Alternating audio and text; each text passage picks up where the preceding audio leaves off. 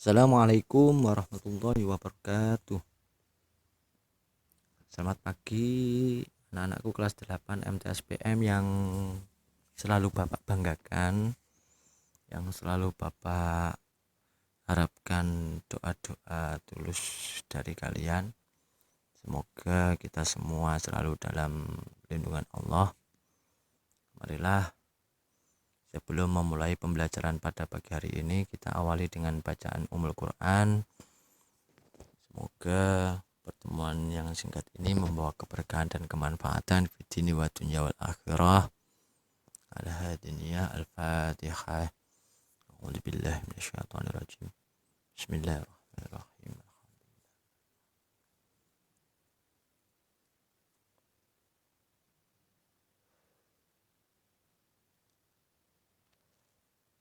Baiklah anak-anak, melanjutkan materi yang kemarin tentang alat tercela bagi diri sendiri.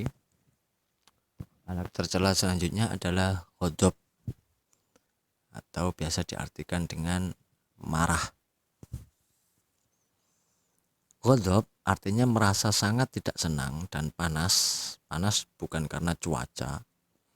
Panas di sini yang dimaksud adalah karena dihina atau diperlakukan kurang baik dan sebagainya. Apabila kecewaan cukup mendalam, akhirnya dilampiaskan dengan kemarahan. Nah, jadi marah itu perasaan yang tidak senang atau gregetan karena dihina atau diperlakukan kurang baik, kurang sreg dengan keadaan diri sendiri, akhirnya dilampiaskan dengan namanya kemarahan, itu namanya ghadab. Bentuk-bentuk ghadab atau bentuk-bentuk marah itu biasanya pandangan matanya itu tajam, seringkali juga matanya merah dan jarang berkedip, kadang melotot, mendelik, mencicil dan sebagainya. Nah, bentuk ekspresinya itu seperti itu. Bentuk selanjutnya adalah wajahnya itu metutut atau cemberut dan mudah terpancing emosinya. Disenggol dikit itu udah marah. Yang ketiga, susah diajak bicara baik-baik. Yang keempat, melontarkan kata-kata kasar. Yang kelima, bertindak anarkis atau kadang merusak sesuatu yang ada di sekelilingnya, banting-banting gak jelas dan sebagainya. Dan selanjutnya, mengancam terhadap orang lain yang menyebabkan kekecewaan. Awas kon gitu, titenono. Nah, seperti itu adalah ciri khas orang-orang marah.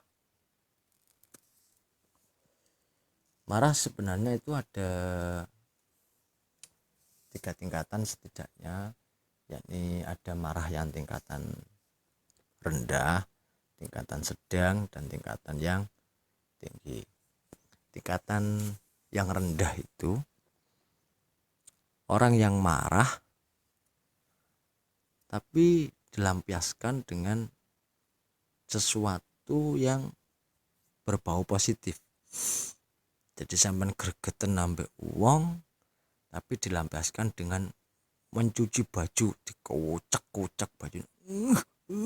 Nah, begitu itu namanya melampiaskan dengan sesuatu yang positif. Mencuci piring, asal jangan dibanting piringnya, mencuci piring, dibuat nyapu bersih-bersih dan lain sebagainya, saking jengkele karo wong wis buat bersih-bersih, setelah bersih semua capek tidur.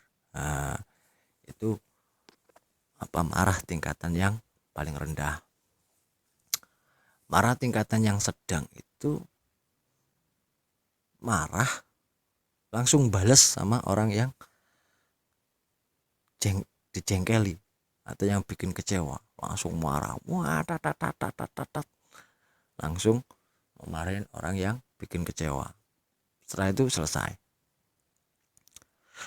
Marah yang tingkatan tinggi itu marah yang sambil merusak sesuatu yang berada di sekelilingnya, banting, piring, gedor pintu, dar, banting cipuk, kelontang dan lain sebagainya.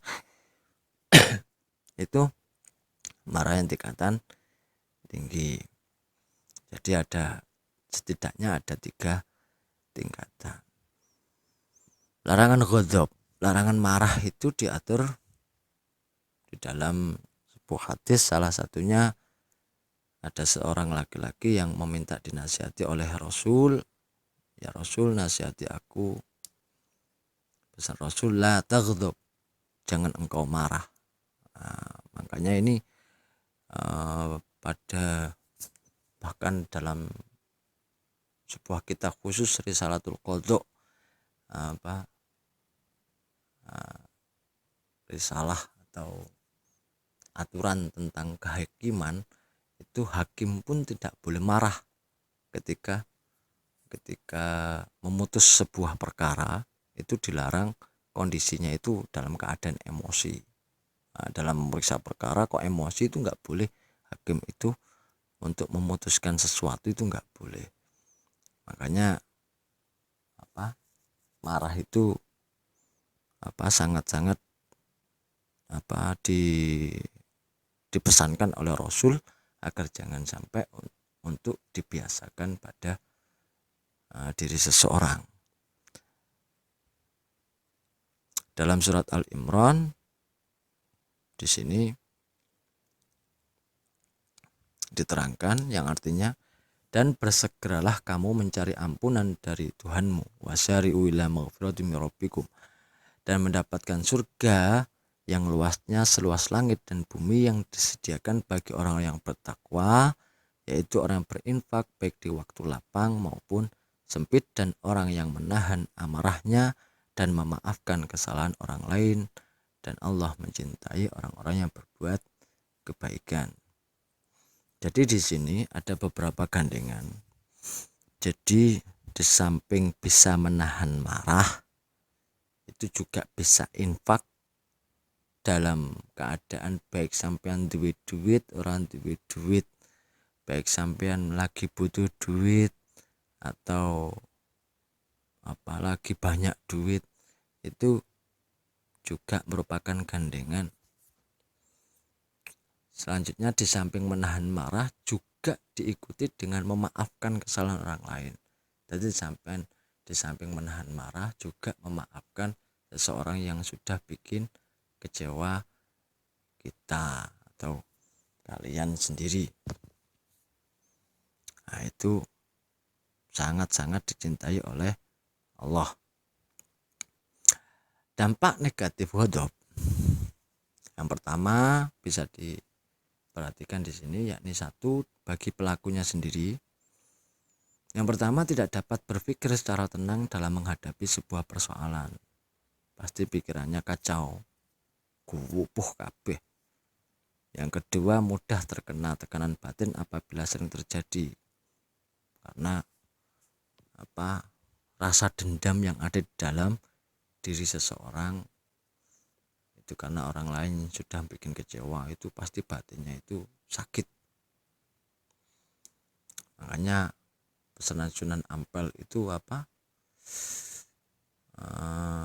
lir ilir tandure wong sumilir tak ijo royo tak ijo royo tak senggo temanten anyar, bocah angon penek no blimbing kuwi, lunyu penek no kanggo mbasuh dodot iro. Itu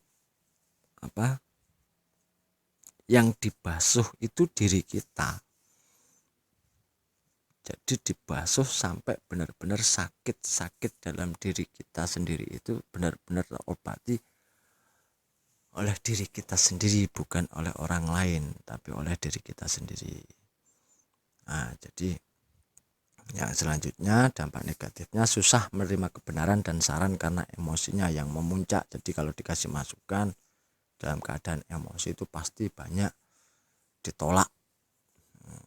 Sedangkan bagi orang lain tidak dapat diajak berkomunikasi secara baik. Yang kedua, menimbulkan kekhawatiran apabila melakukan hal-hal yang tidak diinginkan. Nah, bagaimana cara menghindarinya? Yakni yang pertama, menyadari dengan sepenuh hati bahwa setiap orang itu bisa berbuat salah. Jadi nggak mungkin seseorang itu pasti sempurna, itu nggak mungkin. Wong kaki aja bisa kesandung, mata aja bisa kelilipan, ya kan, dan lain sebagainya. Jadi tidak bisa orang itu terus harus benar terus, itu nggak bisa, pasti bisa berbuat salah. Yang kedua, menyadari bahwa dirinya juga pernah berbuat salah pada orang lain. Jadi kita harus menyadari bahwasanya kita sendiri itu juga kadang bisa berbuat salah. Makanya ketika orang lain berbuat salah, kita harus juga bisa lapang dada untuk bisa memaafkan kesalahan orang lain. Yang ketiga, marah tidak akan menyelesaikan masalah secara baik. Kita harus sadar itu. Yang selanjutnya, marah tidak disukai dalam pergaulan. Oleh karena jangan dilakukan. Pembahasan selanjutnya adalah tentang tamak. Tamak berarti rakus atau loba, yang menurut istilah terlampau besar nafsunya terhadap keduniawian. Ciri-cirinya yakni yang pertama, melakukan sesuatu apabila diperkirakan akan memperoleh hasil yang menguntungkan dirinya sendiri. Jadi orang yang rakus itu pokoknya memikirkan sesuatu pokoknya menguntungkan dirinya sendiri, dia pasti getol atau giat melakukan sesuatu tersebut. Yang selanjutnya, enggan melakukan sesuatu yang memerlukan biaya. Enggan untuk mengeluarkan biaya dari dirinya. Kalau dari orang lain, wah seneng banget. Tapi kalau dirinya sendiri yang mengeluarkan biaya, ogah-ogahan. Yang ketiga, enggan mengeluarkan harta yang dimiliki untuk agama dan kemanusiaan. Bahkan untuk kepentingan agama itu malas, menolong orang lain juga malas, karena kepingin dirinya sendiri yang kaya, dirinya sendiri yang pintar, dirinya sendiri yang berkuasa. Yang keempat, menghabiskan harta yang dimiliki, menghabiskan waktunya untuk mengumpulkan kekayaan. Jadi hartanya itu ditumpuk, wis mbuh iku halal, mbuh itu haram, wis pokoknya ditumpuk, yang penting dia kaya.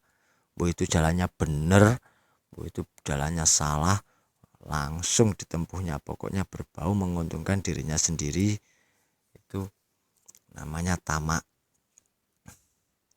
Yang selanjutnya, mau menerima dari orang lain tetapi enggan memberikannya untuk orang lain. Jadi kalau dari orang lain dia mau menerima, tapi kalau dari dirinya sendiri dia nggak mau mengeluarkan untuk kepentingan orang lain.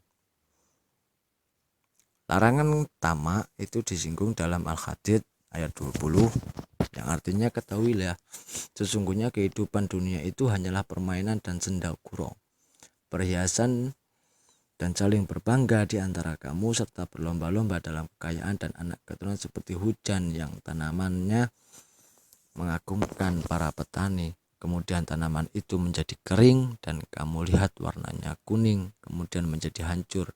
Dan di akhirat nanti ada azab yang keras dan ampunan dari Allah serta keridhaannya, dan kehidupan dunia tidak lain hanyalah kesenangan yang palsu.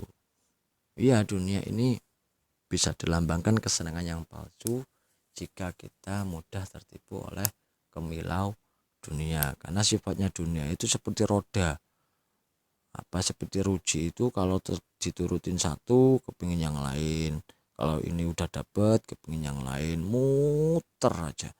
Itu dunia. Padahal kita nggak sadar dunia itu sifatnya berganti. Orang yang berkuasa semua jadi presiden juga nanti lama kelamaan sudah akan turun juga dari kursi kepresidenan. Jadi apa namanya? Jadi seorang kiai. Nanti juga lama kelamaan tua, mati, ganti lagi. Seperti itu. Nanti kita kaya miliatan, mati juga berganti lagi, bukan kita yang punya. Kita bawa apa? cuma bawa selembar kain kafan. Kita dulu juga lahir juga tidak bawa apa-apa, makanya biasanya bayi keluar itu tangannya genggam.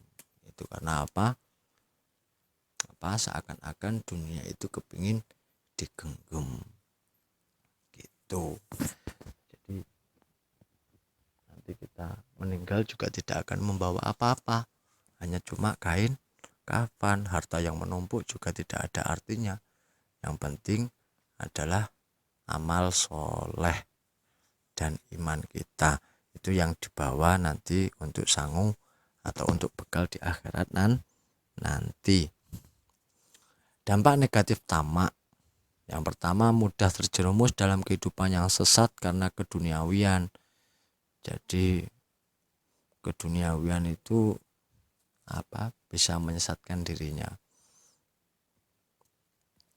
Yang kedua, tercela dalam pandangan sesama manusia karena biasanya cenderung bakhil atau pelit. Orang yang tamak itu rata-rata itu pasti perhitungan atau pelit.